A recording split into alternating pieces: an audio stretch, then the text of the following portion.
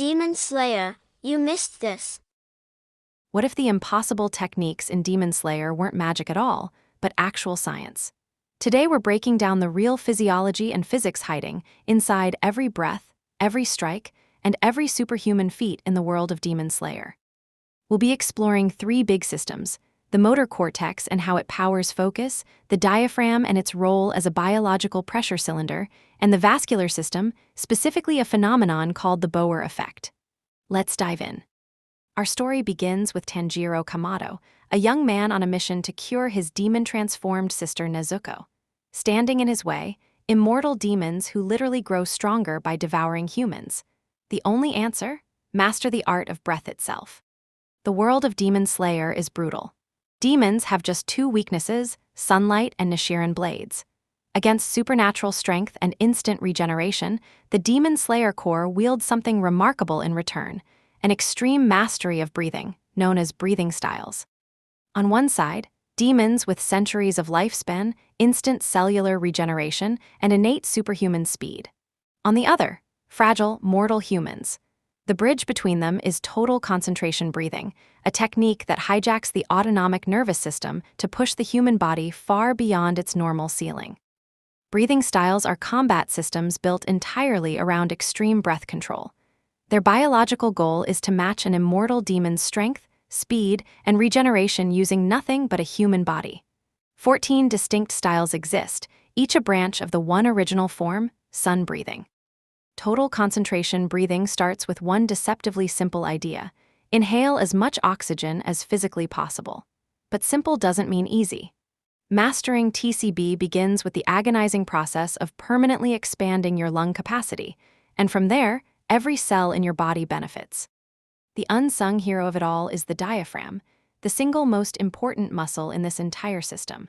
By forcefully contracting it downward, a slayer dramatically increases tidal volume.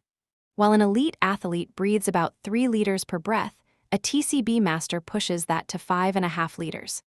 When a slayer practices total concentration breathing, they're flooding their bloodstream with oxygen-rich fuel. Every cell gets energized, from muscle fibers to neural tissue. It sounds almost magical, but the underlying mechanism is pure, measurable biology. Here's where it gets clever. TCB first floods the blood with oxygen while purging carbon dioxide. Then, as the swordsman moves, active muscles generate heat and acid. That local acidity triggers the Bohr Effect, causing hemoglobin to release its oxygen exactly where the body needs it most. Energy delivered with surgical precision. The Bohr Effect is essentially a chemical targeting system.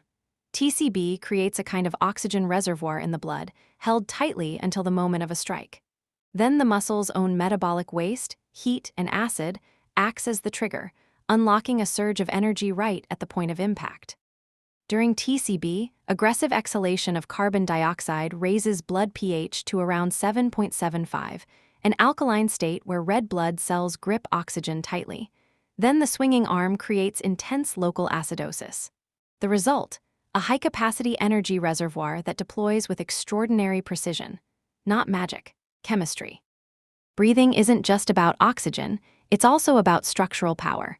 By pressurizing the torso, a slayer creates an internal brace that stabilizes the spine during the extreme rotational forces of a sword strike. Traditional martial arts have used this principle for centuries. It's called intra-abdominal pressure. When the diaphragm descends and the abdominals contract, the torso becomes a pressurized cylinder. This locks the lumbar spine, prevents energy from leaking out of the core, and fuses the legs, hips, and torso into a single, rigid lever, multiplying the force delivered to the blade. Advanced slayers don't just use TCB in combat, they maintain it around the clock, even while sleeping. This chronic physiological stress triggers a profound adaptation. The body responds by building new mitochondria inside muscle cells. More mitochondria means more energy, and that means relentless stamina. This process is called mitochondrial biogenesis, the biological creation of new energy-producing structures within the muscles. The body, pushed by the constant demand of TCB, essentially upgrades itself at the cellular level. It's extreme conditioning that rewrites the body's energy infrastructure. Then there's the mark, a mysterious tattoo-like pattern that spontaneously appears on elite combatants. It grants explosive, near-demonic strength and speed. But here's the catch. It can't be trained for directly. It only unlocks under life-threatening physiological conditions. The mark activates when the heart surpasses 200 beats per minute and core body temperature breaches 39 degrees Celsius. In any normal human, that combination causes immediate cardiovascular collapse or fatal heat stroke. Slayers survive it through conditioning and a key molecular defense: heat shock proteins. Heat shock proteins act as molecular chaperones, stabilizing cellular structures and preventing proteins from denaturing under extreme heat. But there's an upside to that heat too: the Q10 effect. Elevated temperature actually accelerates enzymatic reactions, directly fueling the superhuman speed that accompanies the mark. Elite slayers can access a state called the transparent world, a hyperperceptive mode where an opponent's anatomy becomes fully readable. By processing micro-movements in blood flow and joint alignment faster than conscious thought, a slayer achieves what feels like precognition. The world appears to move in slow motion. In practice, the transparent world means a slayer can detect a strike before it launches, responding to intent rather than action. It's the neurological equivalent of moving at a different clock speed.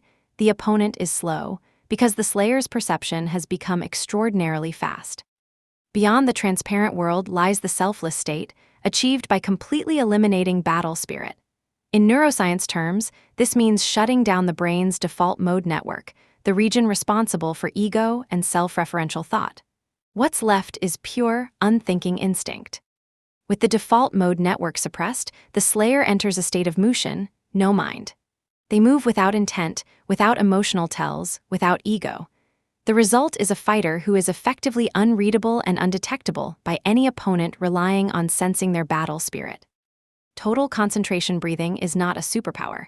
It is a radical, disciplined mastery of systems already inside the human body. Biology, physics, and neurology, combined, synchronized, and pushed to their absolute limits. The miracles of the Demon Slayer core are the result of extreme discipline meeting the laws of nature. Hi, thanks for watching. If you want more videos like this, please subscribe to my channel. Bye.